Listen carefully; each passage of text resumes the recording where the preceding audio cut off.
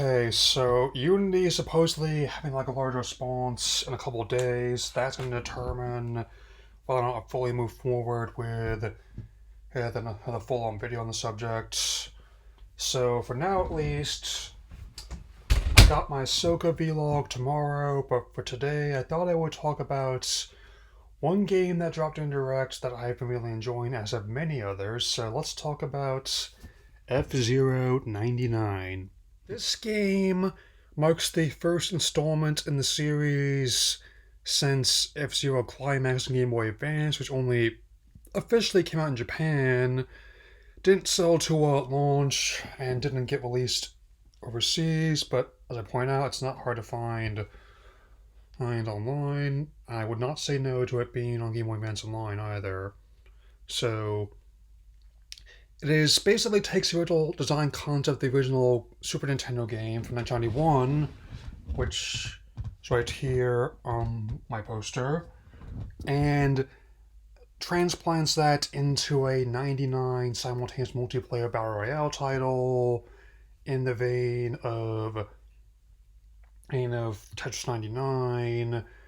It's very much expanding the original game's concepts, and definitely, if we're lucky, it could be the start of a new era for the series, hopefully. So in the past, they have admitted the difficulty of adding new ideas with each passing installment, and I would argue that sometimes you don't need to reinvent the wheel, so just drive someplace interesting. I mean, I totally get why Mario Kart is their flagship racing franchise, given how these games are by design system sellers. And using this game as a key example, you wouldn't necessarily have to, as I just stated, reinvent the wheel. You just have to drive something interesting.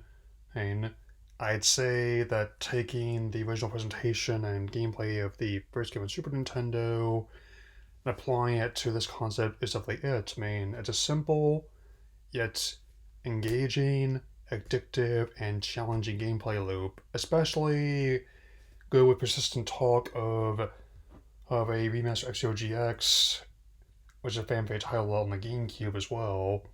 Yeah. I mean, with Tetris, Pac-Man, as well as the Super Mario 35 that had a couple years back, this was actually among the franchises I would have expected to see take a crack at Battle Royale model.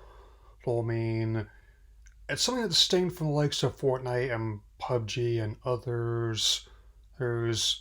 Where it's definitely not a cakewalk with this many players on the track either. I mean, especially in the later ones. I mean, do not underestimate the ability of how I'm pulling the Grand Prix, which occurs at least every half hour or so.